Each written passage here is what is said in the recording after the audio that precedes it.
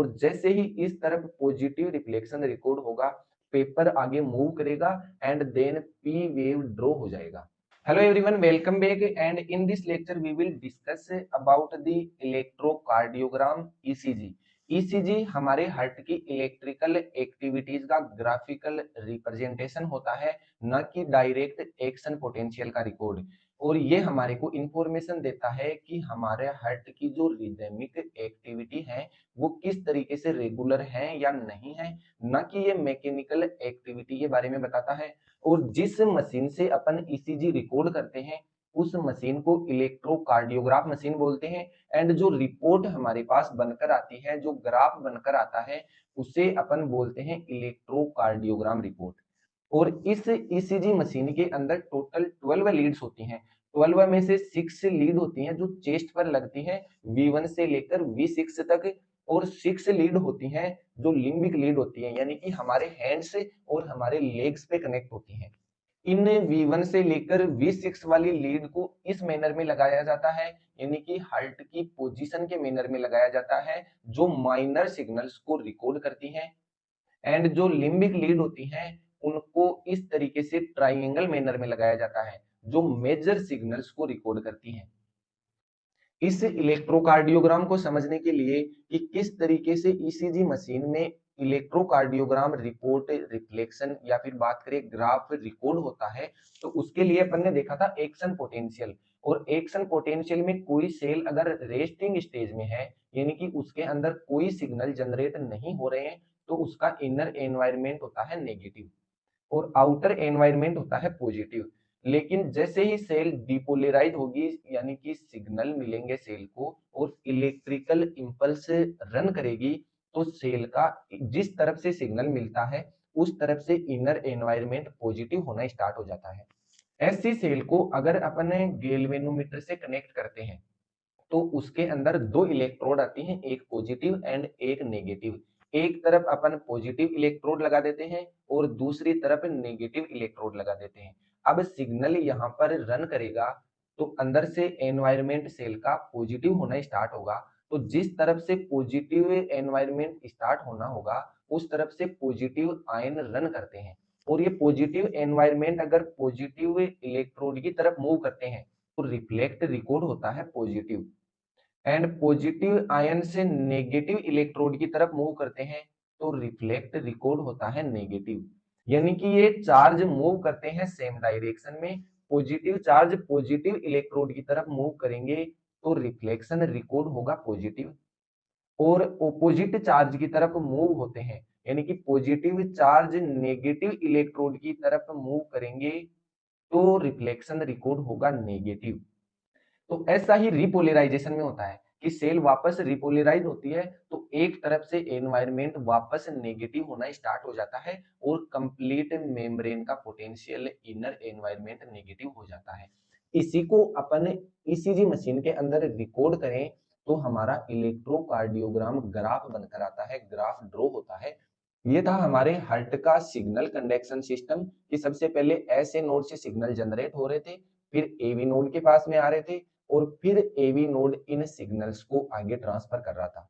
तरीके से आप देख सकते हैं कि सिग्नल्स ऐसे नोड से जनरेट हो रहे हैं, फिर एवी नोड तक आ रहे हैं और एवी नोड इनको डिले कर रहा है, यानी कि एट्रियम से डिपोलराइज्ड हो रहे हैं। उतनी देर में एवी नोड उनको आगे ट्रांसफर कर रहा है। जैसे ही एट्रियम से डिपोलराइज्ड हो रहे हैं, जैसे ही एट्रियम से डिपोलराइज हो रहे हैं, सिग्नल आगे रन कर रहा है एंड देन हमारे वेंट्रिकल से कॉन्ट्रैक्ट कर रहे हैं। तो इस तरीके से ये जो सिग्नल जनरेट हो रहा है और ये मूव कर रहा है, इसी को अपन ईसीजी के अंदर रिकॉर्ड कर लेते हैं। और इसकी जो रिदमिक एक्टिविटी के कारण जो ग्राफ बनकर आता है, अगर उस ग्राफ में कोई डिफेक्ट होता है तो उससे अंदाजा लगाया जाता है कि कहां पर सिग्नल कट आउट हो रहा है, कहां पर सिग्नल रन होने के बीच में बैरियर आ रहा है।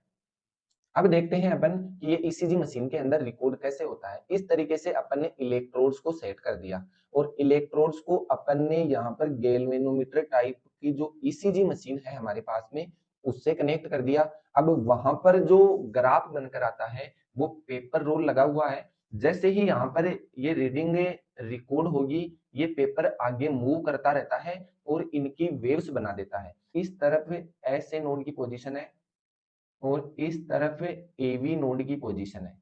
ऐसे नोड से सिग्नल जनरेट होकर एवी नोड तक पहुंच रहे हैं, मूव कर रहे हैं।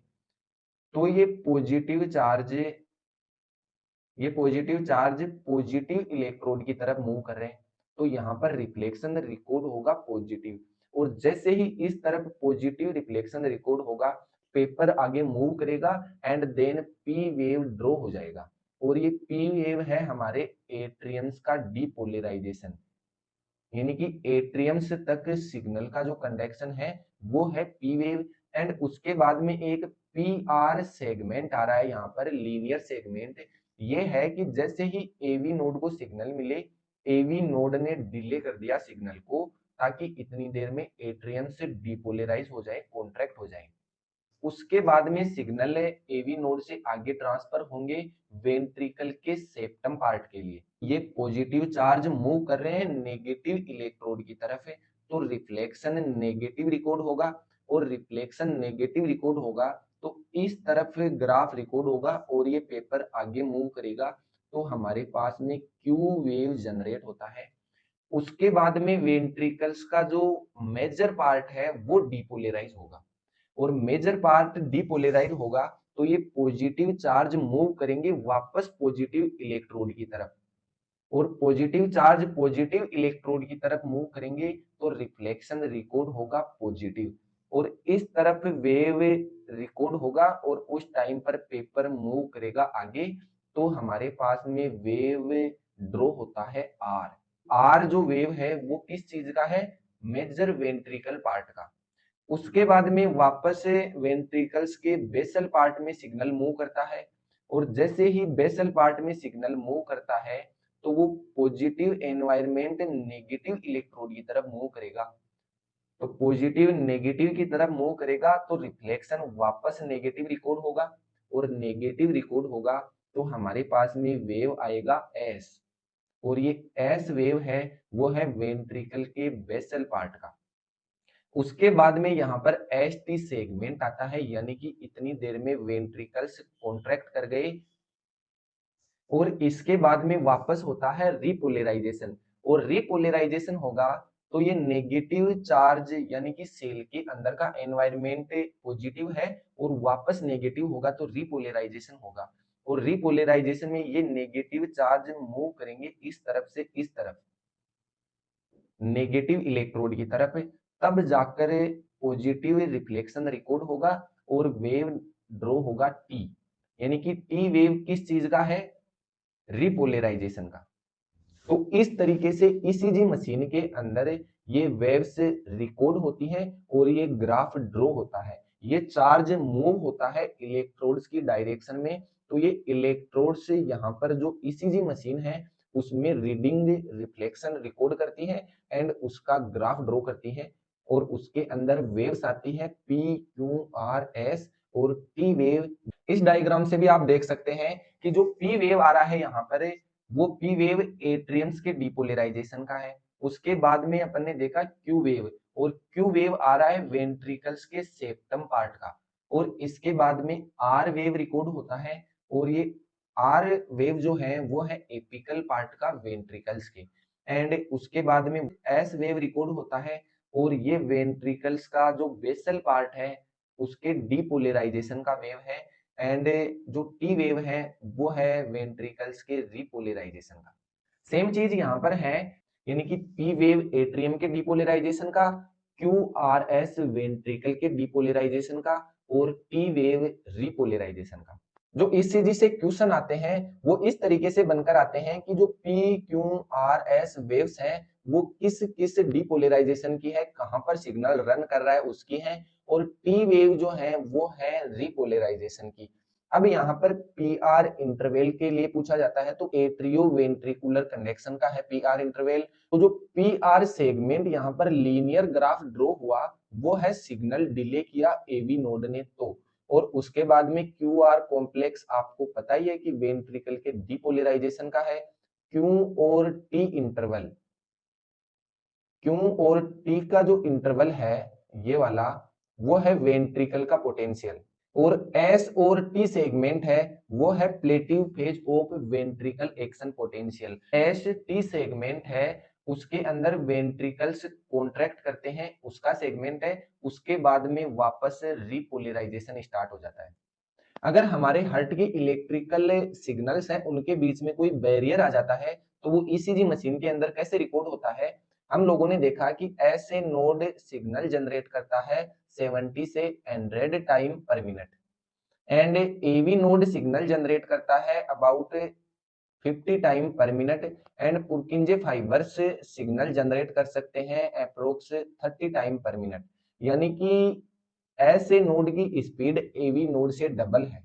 तो ऐसे नोड और एवी नोड के बीच में अगर कोई बैरियर आता है जो सिग्नल का कनेक्शन आगे नहीं होने देता है तो वो ईसीजी के अंदर रिकॉर्ड होता है।